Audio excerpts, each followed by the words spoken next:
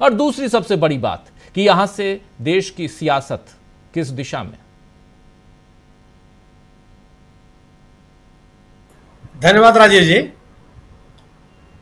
अरविंद केजरीवाल को जमानत देने और उनकी जमानत के आदेश पर जस्टिस भुइया का जो की टिप्पणी है, उस टिप्पणी से कम भारतीय जनता पार्टी के द्वारा भ्रष्टाचार के खिलाफ चलाए जा रहे अभियान की हवा निकल जाती है। यह बात पूरी तरह से खारिज हो जाती है कि भारतीय जनता पार्टी भ्रष्टाचार के खिलाफ कोई लड़ाई लड़ रही है और भ्रष्टाचार के आरोप में विपक्ष के नेताओं को जेल भेज रही है। सर्वोच्च न्यायालय ने जो टिप्पणी की है उससे बात साफ साफ सामने आती है। तो यह जो माहौल बनाने का प्रयास किया जा रहा था भारतीय जनता पार्टी के द्वारा कि विपक्ष के नेताओं की जो गिरफ्तारी है वह भ्रष्टाचार में उनकी संलिप्तता के कारण है, यह जो नैरेटिव है वह बहुत कमजोर हो जाता है। इस कथित शराब घोटाले को लेकर के जिन प्रमुख 3 नेताओं की गिरफ्तारी की गई थी वो तीनों के तीनों जेल के बाहर हैं और तीनों को जमानत देते हुए सर्वोच्च न्यायालय ने इस तरह की टिप्पणियां की। सर्वोच्च न्यायालय ने अरविंद केजरीवाल के मामले में भी कहा कि सीबीआई के द्वारा गिरफ्तारी जानबूझकर की गई जिससे वो जेल से बाहर ना आने पावे, क्योंकि उनको ईडी के मामले में जमानत मिल गई थी।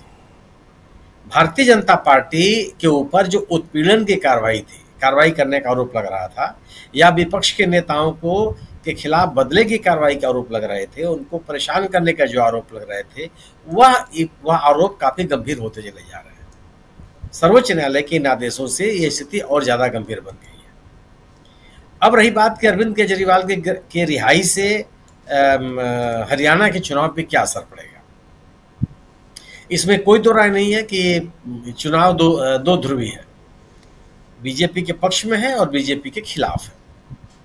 वह लोग जो बीजेपी के खिलाफ हैं वो उन ताकतों के साथ हैं, उस गठबंधन के साथ हैं, उस राजनीतिक दल के साथ हैं जो भारतीय जनता पार्टी से लड़ रही है। किसी तीसरे दल के लिए, किसी तीसरे मोर्चे के लिए उसमें कोई गुंजाइश दिखती नहीं है। लेकिन ये जरूर है कि जो पहल, जिन कारणों से राहुल गांधी ने गठबंधन की पहल की, हरियाणा कांग्रेस के विरोध के बावजूद, वह स्थितियां हैं। वो स्थितियां इसलिए है कि इस चुनाव में एक एक वोट की चिंता होनी चाहिए, एक एक सीट की चिंता होनी चाहिए। यह चुनाव कोई एक तरफा चुनाव नहीं है, यह मुगालता किसी को नहीं होना चाहिए। अगर अरविंद केजरीवाल हरियाणा में सभी 90 सीटों पर अपने उम्मीदवार उतार रहे हैं तो वह वही भूमिका अदा करते नजर आएंगे जो मध्य प्रदेश के चुनाव में समाजवादी पार्टी ने किया था। अगर अरविंद केजरीवाल साहब का इतनी राजनीतिक ताकत है कि वह अपने बलबूते 90 सीटों पर चुनाव लड़ सके तो इसकी वह राजनीतिक स्थिति साफ हो जानी चाहिए थी जी।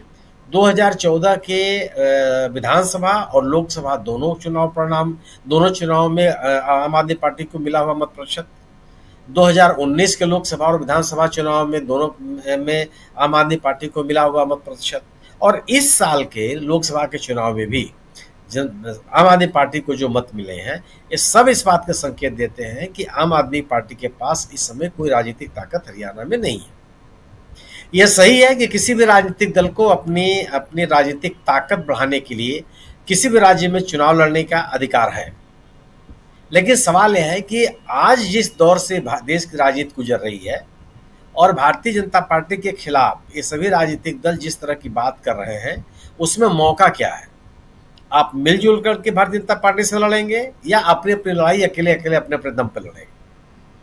अगर आप ये बात कहते हैं कि इस देश में लोकतंत्र खतरे में है, संविधान खतरे में है, देश में सांप्रदायिक सौहार्द खतरे में है, आरक्षण खतरे में है, गरीब और वंचित लोगों की आवाज नहीं सुनी जा रही है, सांप्रदायिक ध्रुवीकरण किया जा रहा है, अगर आपके आरोप हैं तो क्या आपको कोई भी इन चुनाव का उपयोग अपनी राजनीतिक ताकत बढ़ाने या शक्ति प्रदर्शन करने के लिए करना चाहिए, या मिलजुल करके ऐसी ताकतों को हराने की कोशिश करनी चाहिए जिन ताकतों के कारण यह तमाम संदर्भ खड़े हो रहे हैं।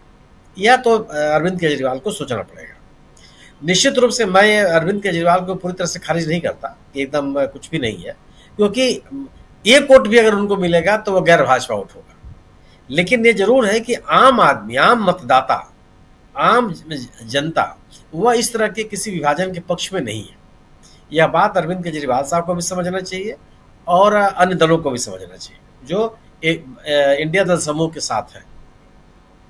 क्या वो अपने अकेले बूते पर अकेले चुनाव लड़ करके, राजनीतिक तथ्यों को स्वीकार करने में दिक्कत नहीं होनी चाहिए लोग। अरविंद केजरीवाल साहब कह रहे हैं कि वह भारतीय जनता पार्टी के साथ अकेले लड़ रहे हैं। सवाल है कि अकेले लड़ करके आप भारतीय जनता पार्टी को कितना नुकसान पहुंचा पाए।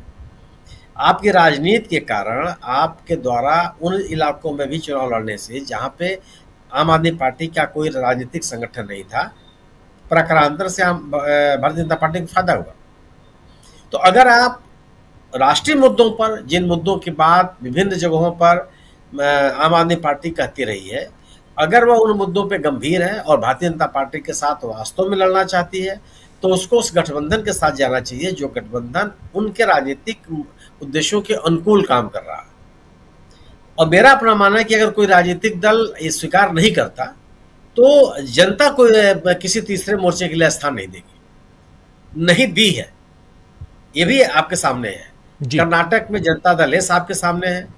उत्तर प्रदेश में बहुजन समाज पार्टी जैसी मजबूत पार्टी, कैडर बेस्ड पार्टी का भी मत प्रतिशत बुरी तरह से गिर गया, 2.5 के अंक तक नहीं पहुंच पाया, 1 सीट नहीं मिली लोकसभा के चुनाव में। वो यही पार्टी बहुजन समाज पार्टी जब समाजवादी पार्टी के साथ मिलकर लड़ी 2019 के चुनाव में, तो उसके 10 सांसद चुने गए, जबकि 2014 में एक भी सांसद नहीं हो पाए थे। अलग होकर के लड़ने के बाद फिर उनका हश्र सामने आ गया। लोकसभा के चुनाव में 2022 के लोकसभा चुनाव में भारतीय बहुजन समाज पार्टी को केवल 1 सीट मिली, और वो भी 1 सीट मेरी अपनी समझ है कि वह उम्मीदवार की जीत है, भारतीय बहुजन समाज पार्टी की दलीय जीत नहीं है। तो अब इस तरह की स्थितियां हर राज्य में है। जो जिस किसी भी राज्य में उन दलों ने जो भारतीय जनता पार्टी के खिलाफ तो राजनीति करना चाहते हैं, लेकिन भारतीय जनता पार्टी के खिलाफ बने हुए गठबंधन के साथ नहीं जाना चाहते, वह भारतीय जनता पार्टी की मदद करते हुए नजर आ रहा है। ये लोगों का परसेप्शन बनता चला जा रहा है। कोई ये नहीं कह रहा। बहुजन समाज पार्टी भी कभी नहीं कहती है कि वो भारतीय जनता पार्टी के साथ है, वो भी आलोचना करती है, वो भी कहती है कि भारतीय जनता पार्टी के खिलाफ लड़ रही है, लेकिन वह राजनीति ऐसी करती है जो भारतीय जनता पार्टी से उससे मदद मिल जाती है। वह गैर भाजपा राजनीतिक ताकतों को और मजबूत करने की पहल नहीं करती। इसका संदेश आम लोगों में बहुत अच्छा नहीं जाता। यह बात आम आदमी पार्टी को भी समझनी पड़ेगी। मेरा अपना मानना यह है कि अगर आम आदमी पार्टी हरियाणा के चुनाव में, अभी समय है उनके पास, सही है कि उनके सभी उम्मीदवार मैदान में है, लेकिन उसकी प्रतिक्रिया भी सामने आ रही है। अब जुलाना में विनेश फोगाट के खिलाफ उन्होंने अपना उम्मीदवार खड़ा कर दिया। इसका क्या रिएक्शन है आप वहां के लोगों से भी जान सकते हो। तमाम लोग इस बात को बता रहे हैं। तो मेरा अपना मानना यह है कि अगर अरविंद केजरीवाल साहब वाकई बीजेपी से लड़ना चाहते हैं तो उनको अलग के बजाय साथ मिलकर लड़ना चाहिए। इसलिए भी लड़ना चाहिए कि उनकी अकेली ताकत इतनी नहीं है कि वह सभी 90 सीटों पर लड़ लें।